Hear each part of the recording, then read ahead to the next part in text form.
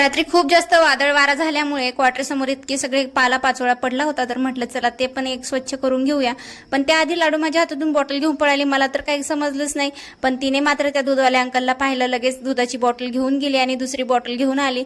तर जीवापेक्षा जास्त जड झाली तरी लुटू घेऊन पळते बॉटल, तर माझ्या हातात आणून दिली. त्यानंतर म्हटलं चला बाकीचे राहिलेली कामं करून घेऊया. तोपर्यंत थोडंसं हलकं ऊन पण पडलं होतं. म्हटलं कपडे तोपर्यंत पटकन कपडे वगैरे वॉश करून घेतले. त्यानंतर म्हटलं कपडे एकदा वाळले की टेन्शन नाही काही, कारण पाऊस जर सुरू झाला तर 2-3 दिवस काही थांबायचं नाव घेत नाही.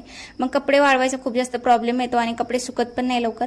तर त्यानंतर म्हटलं बाकीचे काही झाडं वगैरे लावायचे होते, कारण ते 8 दिवस झाले मी पाण्यामध्ये ठेवले होते. त्यानंतर मग म्हटलं त्याचं मुळं वगैरे जे आहे ते खराब होऊन जातील, तर अगोदर त्याला मातीत लावून घेऊया. इथेच क्वार्टरच्या आउट साईडला आले आणि तिथून थोडीशी माती घेतली. त्यानंतर तिथे भेंडी लावलेली आहे, मिरच्या लावलेल्या आहेत. इथल्याच लोकांनी थोडंसं स्वतःसाठीच भेंडी मिरच्या वगैरे लावलेल्या आहेत, तर त्याला भेंडीला पण आता भेंड्या येतील. तर खूप छान वातावरण आहे, असं गावाकडचं फील होतं इथे. पण असं काही वाटत नाही की खूप जास्त आम्ही लांब राहतो वगैरे.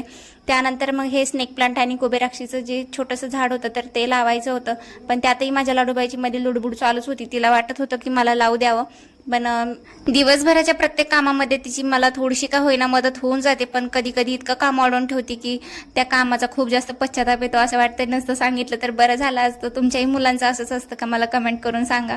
आणि तिला नाही म्हटलं तर राग पण खूप येतो, त्यामुळे तिच्या मनाने होऊन द्यावं लागतं. व्हिडिओ कसा वाटला नक्की कमेंट करून सांगा आणि आवडला असेल तर सबस्क्राईब करायला विसरू नका. चला